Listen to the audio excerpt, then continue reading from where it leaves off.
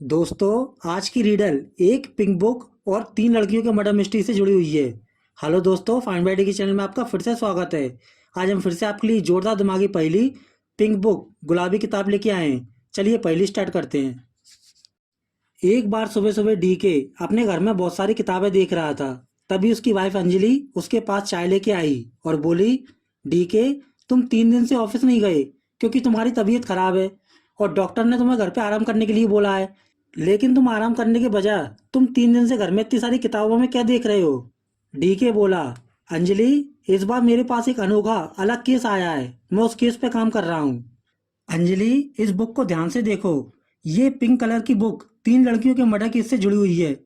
अभी कुछ दिन पहले इस शहर में रहने वाली 3 लड़कियों के मर्डर अलग अलग दिन को हुए, लेकिन उन तीनों के पास ये पिंक बुक मिली है। वो तीनों लड़कियां एक दूसरे को जानती नहीं थी, लेकिन इस पिंक बुक के आधार पर मुझे लगता है उन तीनों को मारने वाला व्यक्ति एक ही है। अब अंजलि ने पूछा, ये पिंक बुक किस सब्जेक्ट के बारे में है? डीके बोला, ये पिंक बुक संगीत म्यूजिक के ऊपर है।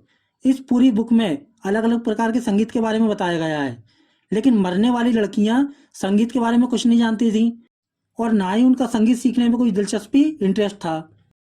अंजलि बोली, अगर उन तीनों को संगीत नहीं आता था तो हो सकता है उन तीनों लड़कियों ने संगीत सीखने के लिए ये बुक बाजार से खरीदी हो और वो संगीत सीखना चाहती हो।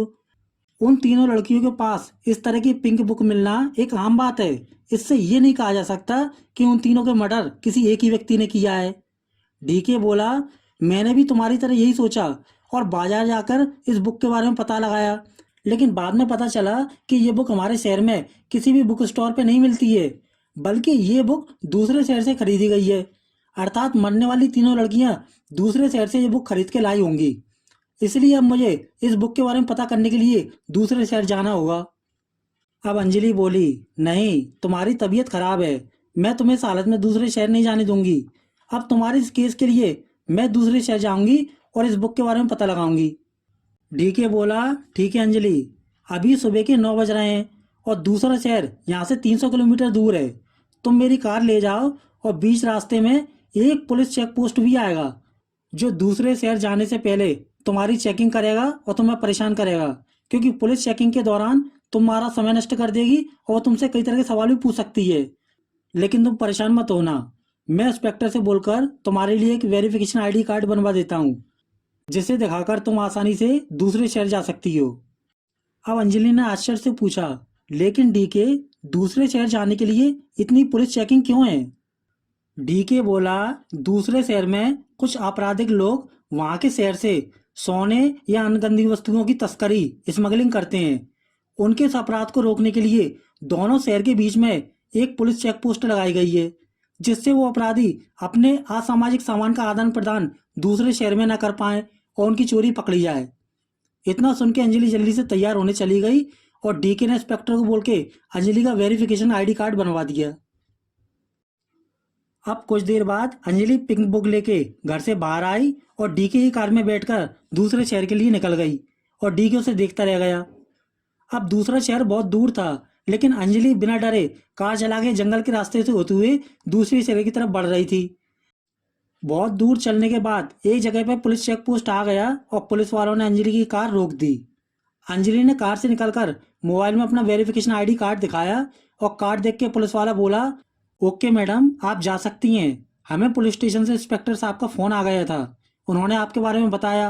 अब आपको वापस आते समय भी यही आईडी कार्ड दिखाना होगा।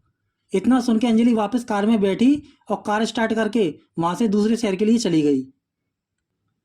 अब कुछ देर बाद अंजलि दूसरे शहर पहुंच गई। वहां पहुंचकर उसने एक आदमी से उस शहर की बुक शॉप के बारे में पूछा। उस आदमी ने बताया, मैडम, इस शहर में बुक खरीदने के लिए बहुत सारी दुकानें हैं, लेकिन इस शहर की किताब की सबसे फेमस दुकान फेमस बुक शॉप आगे तिराहे पर है। इतना सुन के अंजलि गाड़ी में बैठकर उस बुक शॉप के जाने के लिए निकल गई। कुछ देर बाद अंजलि उस बुक शॉप पे पहुंची। गाड़ी से उतर के उसने देखा वहां कुछ लोग बाहर खड़े हुए हैं और बुक पढ़ रहे हैं। अब वो गाड़ी से उतरकर दुकान के अंदर चली गई। अंजलि ने दुकान के अंदर जाकर देखा वहां भी कुछ लोग बुक खरीद रहे हैं और बुक पढ़ रहे हैं। अंजलि ने अपनी बुक निकाली और दुकानदार से पूछा, क्या ये पिंक बुक आपकी दुकान से ली गई है? उस दुकानदार ने बताया, नहीं मैडम, ये पिंक बुक हमारी दुकान की नहीं है। इस शहर में बुक की और भी दुकानें हैं। हो सकता है ये पिंक बुक उस दुकान की हो। आप वहाँ जाकर इस बुक के बारे में पता कीजिए। तभी एक लड़का जो अपने मोबाइल पे कुछ देख रहा था और इन दोनों की बातचीत सुन रहा था, वो इन दोनों की बातचीत सुनकर अंजलि के पास आया और बोला, मेरा नाम अमन है, क्या मैं आपकी मदद हेल्प कर सकता हूँ? अंजलि बोली, क्या आप इस पिंक बुक के बारे में बता सकते हैं? मुझे इस बुक के बारे में पूरी जानकारी चाहिए। अमन बोला, ये पिंक बुक मैंने अपने घर में मेरी माँ के पास देखी है। ये पिंक बुक संगीत म्यूजिक के बारे में है। मेरी माँ को बचपन से संगीत सीखने का शौक है। वो अक्सर इस बुक को पढ़कर संगीत सीखती है और बच्चों को भी संगीत सिखाती है। लेकिन आप इस बुक के बारे में क्या पता करना चाहती हैं? अंजलि बोली, अमन, आपने एकदम सही कहा। ये बुक संगीत म्यूजिक के बारे में बताती है और मैं इसी बुक का पता लगाने के लिए इस शहर में आई हूँ। क्या आप अपनी माँ से फ़ोन पे बात करके ये पता लगा सकते हैं कि ये पिंक बुक किस दुकान बुक स्टोर पे मिलती है? अब अमन बोला, मेरी माँ दूसरे शहर में रहती है और बूढ़ी होने के कारण मेरी माँ मोबाइल फ़ोन इस्तेमाल नहीं कर पाती है। मैं यहाँ अपनी जॉब के लिए इस शहर में रहता हूँ। मैं उनका पता एड्रेस लिखकर आपको दे देता हूँ। आप उनके पास जाकर पता कर सकती हैं कि ये बुक उन्होंने किस दुकान से खरीदी है। इतना बोल के अमन ने अपनी माँ का पता लिख के अंजलि को दे दिया। अंजलि पता देखकर बोली, अरे वाह, ये पता तो हमारे शहर का है। मैं अभी अपने शहर वापस जा रही हूँ और वहाँ जाके आपकी माँ से मिलकर इस बुक के बारे में पता लगा लूँगी। अब अमन ने एक बुक अंजलि को देता हुआ बोला, आप मुझे परेशान लग रही हैं, आप ये बुक अपने पास रख लो। अंजलि ने आश्चर्य से बोला, ये बुक किस बारे में है और इस पे हाथ का पंजा क्यों छपा हुआ है? अमन बोला, ये एक जादुई बुक है और इस बुक के सभी पेज खाली हैं। लेकिन ये कहा जाता है कि ये बुक जिसने अपने पास 5 दिन तक रख ली, उसकी मनोकामना, मन की इच्छा पूरी हो जाती है। अब अंजलि हंसकर बोली, ये सब बकवास बातें होती हैं। आप ये सब बातें मानते हो? इन बातों को पुराने ख्याल के लोग मानते हैं। मैं आज के ज़माने की मॉडर्न लड़की हूँ, लेकिन आपने मेरी मदद की, इसलिए आपकी खुशी के लिए मैं अपने पास ही आपकी बुक रख लेती हूँ। आपने मेरी मदद की, इसलिए आपका बहुत बहुत धन्यवाद। इतना बोल के अंजलि अमन की बुक लेके दुकान के बाहर चली गई और अमन उसे देखता रह गया। अब अंजलि ने बाहर आकर डीके को फ़ोन लगाया। डीके, मुझे इस पिंक बुक के बारे में पता चल गया है। इस शहर में एक लड़का है अमन, उसकी माँ इस बुक के बारे में जानती है और उसकी माँ हमारे शहर में ही रहती है। अब मैं शहर से वापस आ रही हूँ और अपने शहर में पहुंचकर उसकी माँ से मिलते हुए घर वापस आऊंगी। डीके बोला, नहीं, तुम सीधे घर वापस आना। तुम अभी उसकी माँ से मिलने नहीं आना। दोस्तों, पहली का पहला सवाल, डीके ने अंजलि को अमन की माँ के पास जाने के लिए मना क्यों कर दिया? अपना आंसर नीचे कमेंट कीजिए। डीके बोला, अंजलि, तुम उस शहर में अकेली गई हो और तुम अभी अमन के बारे में या उसकी माँ के बारे में भी अच्छी तरह से नहीं जानती हो। हो सकता है वो अमन अपनी माँ के बारे में बोलकर तुम्हें गलत पता बता के तुम्हें कहीं और भेजना चाहता हो और तुम्हारे अकेलेपन का गलत फायदा उठाना चाहता हो। कुछ भी हो सकता है, इसलिए मैं चाहता हूँ तुम वहाँ से सीधे घर पर आओ। उसके बाद कल तुम मेरे साथ, हम उसकी माँ के घर जाएंगे और इस बुक के बारे में पता लगाएंगे। इतना सुन के अंजलि डीके की बात समझ गई और वापस अपनी कार में बैठकर अपने शहर के लिए निकल गई। अब कुछ समय बाद अंजलि की गाड़ी फिर से उसी चेक पोस्ट पर वापस पहुंची। उसने कार से हाथ बाहर निकालकर अपना वेरिफिकेशन आईडी कार्ड पुलिस वालों को दिखाया।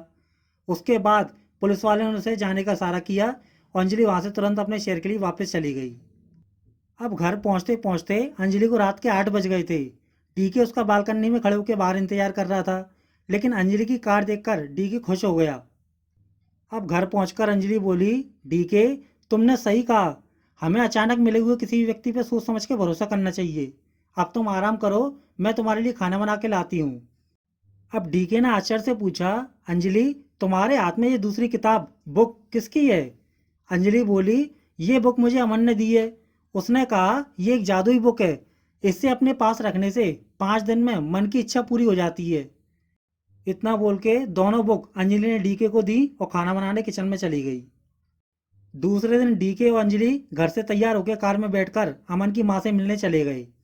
अमन के पते पे पहुंच के उन्होंने देखा वहाँ आसपास कुछ भी नहीं है और उस जगह पर केवल एक ही घर बना हुआ है और उस घर के बाहर एक लेडीज उनका इंतजार कर रही थी। उस लेडीज ने आवाज़ लगा के पूछा, क्या तुम अंजलि हो? अब डीके और अंजलि उसके पास चले गए और अंजलि बोली, आंटी जी, आपने मुझे कैसे पहचाना कि मैं अंजलि हूँ? उस लेडीज़ ने बताया, कल रात अमन का फ़ोन आया था, उसने मुझे तुम्हारे बारे में बताया था और आज तुम्हारे हाथ में ये पिंक बुक देखकर मैं तुम्हारे बारे में समझ गई कि तुम अंजलि हो। अब घर के अंदर चलो, अंदर चल के बात करते हैं। इतना बोल के तीनों घर के अंदर चले गए। अंदर जाके अमन की माँ ने अपनी पिंक बुक लाकर बताई और बोली, मुझे संगीत सीखने और सिखाने का शौक है। मेरा बेटा अमन दूसरे शहर में जॉब करता है और मैं 2 साल पहले अपने बेटे अमन से मिलने उसके शहर गई थी और कुछ दिन उसी के साथ रही थी। उस समय मैंने बाजार जाकर ये पिंक बुक उसी शहर से खरीदी थी। उस दुकान का नाम है डीके बुक शॉप। मैं अभी आपको इस बुक के दुकानदार का पता लिख के देती हूँ। अब अंजलि बोली, लेकिन आंटी जी, ये बात आप मुझे कल फ़ोन पे भी बता सकती थी, लेकिन अमन ने बताया कि आप मोबाइल नहीं चलाती हैं। फिर रात में अमन ने आपको मेरे यहाँ आने के बारे में कैसे बताया? अर्थात अमन ने मुझसे झूठ बोला था कि आप मोबाइल नहीं चलाती हैं। अब अमन की माँ बोली, नहीं अंजलि, मेरा अमन कभी झूठ नहीं बोलता है। मेरे पास कोई मोबाइल नहीं है।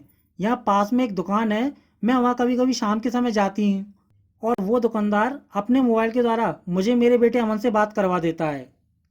अंजलि, तुमने हमारे बारे में सब जान लिया, लेकिन ये तो बताओ, आखिर तुम इस बुक के बारे में क्या पता करना चाहती हो?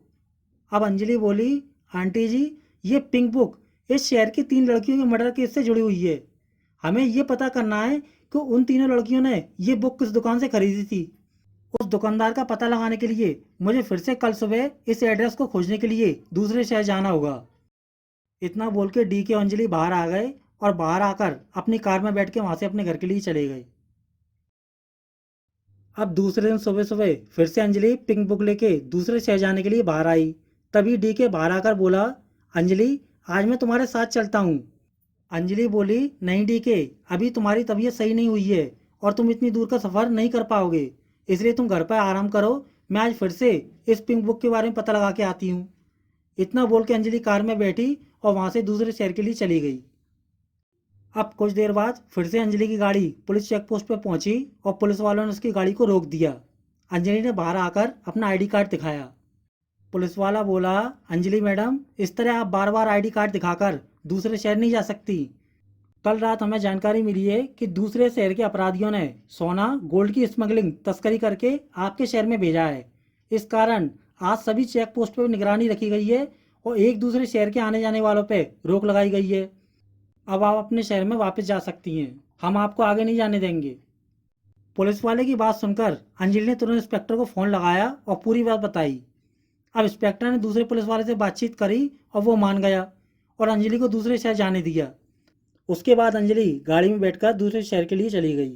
दोस्तों, पहली का दूसरा सवाल, इन दोनों शहरों के बीच में स्मगलिंग सोने की तस्करी हो रही है, लेकिन इसे कौन से अपराधी कर रहे हैं? अपना आंसर नीचे कमेंट कीजिए।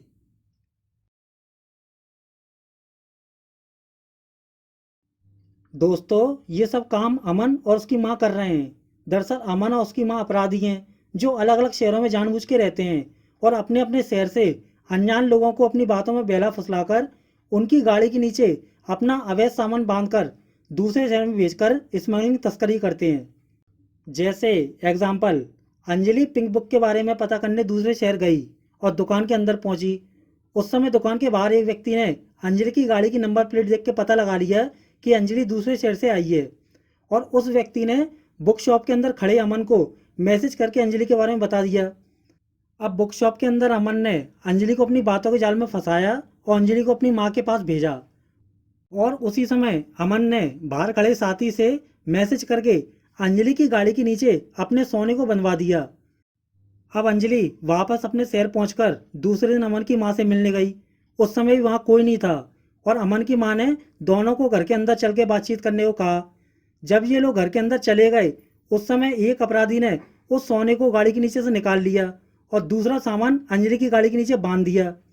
इन अपराधियों ने अंजलि को अपने सामान का डिलीवरी बॉय बना दिया, लेकिन अंजलि को आज भी पता नहीं था कि आज फिर से अंजलि चेक पोस्ट पार करके इनका सामान लेके अमन को देने जा रही है। दोस्तों, पहली अच्छी लग रही है तो लाइक कीजिए और आगे देखते रहिए। अब कुछ देर बाद अंजलि अमन के माँ के बताए गए एड्रेस डी के बुक शॉप पे पहुंच गई। दुकान के बाहर एक लड़का खड़ा था जो कि अंजलि की कार आने का इंतजार कर रहा था। अंजलि कार से उतरकर पिंक बुक लेकर दुकान के अंदर चली गई। अंदर जाके अंजलि ने अपनी पिंक बुक दुकानदार को दिखाते हुए पूछा क्या ये पिंक बुक आप बेचते हैं? उस दुकानदार ने जवाब दिया, नहीं, मैं इस बुक को पहली बार देख रहा हूँ। ये बुक किस बारे में है? अंजलि चिल्लाकर बोली, ये कैसे हो सकता है? मेरी आंटी ने ये बुक आपकी शॉप से खरीदी थी और उन्होंने आपका एड्रेस लिखकर मुझे दिया है। इतना बोल के अंजलि ने लिखा हुआ एड्रेस दुकानदार को बताया। दुकानदार एड्रेस का कागज देखकर बोला, ये एड्रेस मेरी दुकान का है, लेकिन मैं ये बुक नहीं बेचता। आपकी आंटी को कोई गलतफहमी हुई है या वो झूठ बोल रही हैं। आप अपनी आंटी को यहाँ लेके आओ, तब बात करेंगे। अभी वो लोग बातचीत कर ही रहे थे, तभी वहाँ अमन आ गया। अंजलि अमन को देख के खुश हो गई और बोली, देखो अमन, तुम्हारी माँ ने मुझे इस दुकानदार के बारे में बताया है और ये दुकानदार इस पिंक बुक को पहचानने से मना कर रहा है। ये बोल रहा है कि तुम्हारी माँ झूठ बोल रही है। अब अमन गुस्से से बोला, मेरी माँ कभी झूठ नहीं बोल सकती। कल मैं अपनी माँ के साथ यहाँ आऊँगा और इस दुकानदार को बताऊँगा। इतना बोल के अंजलि और अमन दुकान के बाहर चले गए। अब बाहर आके अमन अंजलि से बोला, अंजलि, अगर ये तुम्हें पिंक बुक का केस सॉल्व करना है तो कल सुबह मेरी माँ को यहाँ लाना होगा, तब ये दुकानदार हमें इस पिंक बुक के बारे में बताएगा। अब अंजलि बोली, इस पिंक बुक के बारे में पता करते हुए आज मुझे 3 दिन हो गए और मैं इस शहर में 2 बार आ गई, लेकिन अभी तक मुझे इस पिंक बुक के बेचने वाले दुकानदार का पता नहीं चला। अमन, मुझे लगता है तुम्हारी माँ ने गलती से मुझे गलत एड्रेस दे दिया है। अब मैं अपने शहर वापस जा रही हूँ और कल सुबह फिर से इस बुक का पता लगाने के लिए तुम्हारी माँ को लेकर इस शहर में फिर से आऊँगी। शायद कल मुझे इस पिंक बुक के बारे में पता चल जाए।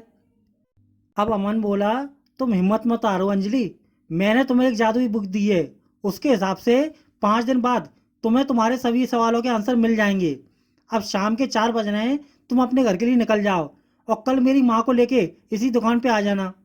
इतना बोल के अमन चुप हो गया और अंजलि अपनी कार में बैठकर अपने शहर के लिए वापस चली गई। अंजलि के जाने के बाद एक लड़का अमन के पास आया और बोला, भाई, आपने इसे बहुत बेवकूफ़ बनाया और आज फिर से इसकी गाड़ी के द्वारा हमारा माल दूसरी बार दूसरे शहर चला गया। लेकिन अब यह खेल कब तक चलेगा और ये जादुई किताब का क्या चक्कर है? अमन हंसकर बोला, कल ये फिर से हमारा माल और मेरी माँ को लेकर वापस आएगी और कल इसके सभी सवालों के आंसर मिल जाएंगे। अब रात में अंजलि घर पहुंची और डीके बोला, अंजलि, क्या हुआ? आज इस पिंक बुक के बारे में पता चला? अंजलि बोली, नहीं डीके, कल सुबह फिर से मुझे अमन की माँ को लेकर शहर वापस जाना होगा, तब इस बुक के बारे में पता चल सकता है। लेकिन डीके, आज मैंने उस शहर में एक अजब घटना देखी। अब अंजलि ने डीके को कुछ बताया और डीके अंजलि की बात ध्यान से सुनता रहा। अब दूसरे दिन अंजलि फिर से अमन की माँ को लेने उसके घर पहुंची। आज अमन की माँ का गेट बंद था। अंजलि कार से उतरी और गेट पे जाके खटखटाया और दरवाजा खोलने पे अंदर चली गई। उसके अंदर जाते ही उस सुनसान जगह से एक आदमी बाहर निकला और अंजलि की गाड़ी के नीचे अमन का बंधा हुआ स्मगलिंग का माल निकालने लगा। अब अंदर पहुंचकर अंजलि को पानी देते हुए अमन की माँ बोली, कल रात मेरी अमन से बातचीत हो गई, तुम कुछ देर बैठो, मैं तैयार होके आती हूँ। इतना बोल के अमन की माँ तैयार होने लगी। अब कुछ देर बाद दोनों तैयार होके बाहर आ गए। अमन की माँ ने पूछा, आज तुम्हारे पति साथ नहीं आए? अंजलि ने बताया, उनकी तबीयत सही नहीं है, इसलिए वो अभी दूर का सफ़र तय नहीं कर सकते। इतना बोल के अंजलि और अमन की माँ कार में बैठे और दूसरे शहर के लिए चले गए। अब कुछ देर बाद अंजलि अमन की माँ के साथ फिर से चेक पोस्ट पर पहुँच गई और पुलिस वाले ने उसकी कार रोक दी। वहाँ पहुँचकर पुलिस वाला बोला, मैडम, कुछ दिन से स्मगलिंग का माल इस शहर से दूसरे शहर जा रहा है, इस कारण आज हमने ये चेक पोस्ट पूरी तरह से बंद कर दी है। आज आप दूसरे शहर नहीं जा सकती। अब अंजलि ने तुरंत इंस्पेक्टर को फ़ोन लगाया और उससे बातचीत की। इंस्पेक्टर ने उस पुलिस वाले से कहा, आज आखिरी बार अंजलि को दूसरे शहर जाने दो। इतना सुन के पुलिस वाला मान गया और उसने अंजलि की कार को दूसरे शहर जाने दिया और अंजलि अपनी कार में बैठ के आगे की ओर निकल गई। अब कुछ देर बाद अंजलि और अमन की माँ दोनों उसी दुकान पर पहुँच गए। अमन भी बाहर खड़े हो गए अंजलि का इंतजार कर रहा था। अब कार से उतर के अंजलि की माँ बोली, नहीं, ये वो दुकान नहीं है जिससे मैंने पिंक बुक खरीदी थी। लगता है मैंने तुम्हें गलत एड्रेस दे दिया है, लेकिन मैं उसी जगह को जानती हूँ जिस दुकान से मैंने ये बुक ली थी। अब मैं तुम्हें उस दुकान पर ले चलती हूँ। इतना बोल के तीनों वापस उसी कार में बैठे और अमन की माँ के बताए हुए रास्ते पे चले गए। बहुत दूर चलने के बाद एक खंडर वाली जगह पे तीनों रुक गए और तीनों कार से बाहर आ गए। अंजलि बोली, आंटी जी, आप ये कहाँ लेके आ गई? यहाँ तो सब तरफ खंडर सुनसान जगह है, यहाँ कोई भी बुक शॉप नहीं है। तभी वहाँ आसपास छुपे हुए अपराधी खंडर से बाहर आ गए और जोर जोर से हंसने लगे। उन अपराधियों को देख के अमन और उसकी माँ भी जोर जोर से हंसने लगे। अमन की माँ बोली, अंजलि तुम अभी तक हम लोगों को नहीं पहचान पाई? हा हा हा। हम सभी लोग अपराधी हैं और अलग अलग शहर में रहकर माँ और बेटा बनकर तुम जैसी लड़कियों को बेवकूफ़ बनाकर तुम्हारी गाड़ी के नीचे सोना बांधकर सोने की तस्करी करते हैं। और तुम जैसी बेवकूफ़ लड़कियां हमारे बारे में कुछ नहीं जान पाती, लेकिन जिस लड़की को हमारे बारे में पता चल जाता है हम उसे मौत के घाट उतार देते हैं। हम लोगों को चेक पोस्ट की पुलिस हमेशा ढूंढती रहती है, इसलिए हमें अपने माल की स्मगलिंग के लिए तुम जैसी बेवकूफ़ लड़कियों को सहारा लेना पड़ता है। मैं अमन की माँ नहीं हूँ और अमन मेरा बेटा नहीं है। हम दोनों प्रत्येक 3 महीने में तुम जैसी लड़कियों के द्वारा अपना अपना शहर भी बदल देते हैं। अब तुम मुझे मेरा सोना लेकर इस शहर लेके आ गई। अब यहाँ का सारा काम मैं संभालूंगी और अमन तुम्हारे साथ चेक पोस्ट करके दूसरी तरफ मेरे घर पर चला जाएगा और वहाँ से माल भेजा करेगा। अब आगे की इस पिंक बुक और जादुई किताब की कहानी तुम्हें अमन बताएगा। इतना बोल के अमन की माँ ने एक आदमी को इशारा किया और उसने फिर से अंजलि की कार के नीचे से अपना बंधा हुआ सोना निकाल लिया। उसके बाद अमन ने अंजलि पर बंदूक तान दी और बोला, अंजलि तुम एक अच्छी लड़की हो, इसलिए हम तुम्हें नहीं मारेंगे, लेकिन अब तुम्हें मुझे अपने साथ गाड़ी में बिठाकर चेक पोस्ट पार करवा के अपने शहर ले जाना होगा और रास्ते में मैं तुम्हें पिंक बुक और जादुई बुक का राज भी बताऊंगा। अब अंजलि सभी की बातचीत सुन के चुप हो गई। अंजलि के पास अमन को ले जाने के अलावा कोई रास्ता नहीं बचा था। उसने अमन को अपनी गाड़ी में बिठाया और अपने शहर के लिए चल ली गई। शहर बहुत दूर था, लेकिन अंजलि तेज स्पीड में गाड़ी चला के वापस जा रही थी।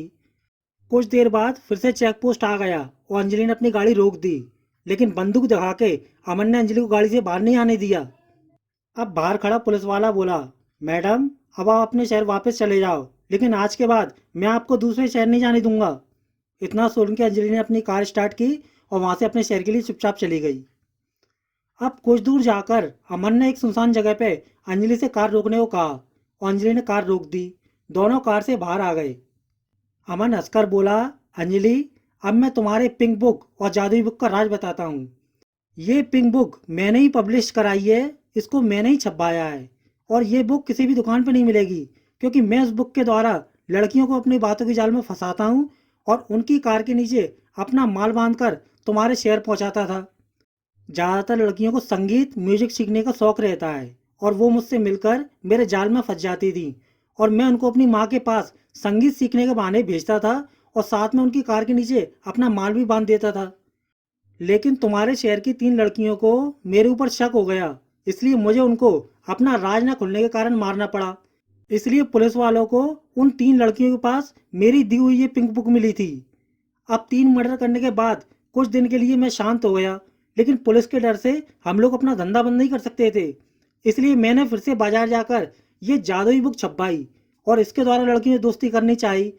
इसलिए मैंने तुमसे पहली मुलाकात पे इस बुक को दिया था, जिससे कि तुम मेरी दोस्त बन जाओ, लेकिन तुम इस पिंक बुक के बारे में जानना चाहती थी।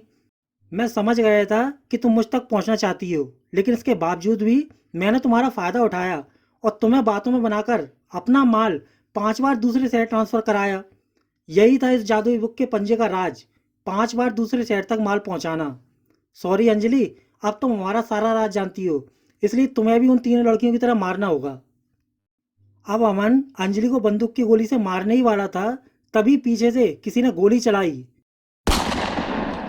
और अमन गोली खा के जमीन पे गिर गया। दोस्तों, पहली का तीसरा सवाल, अमन को गोली किसने मारी? अपना आंसर नीचे कमेंट कीजिए। दोस्तों, अमन को गोली डीके ने मारी।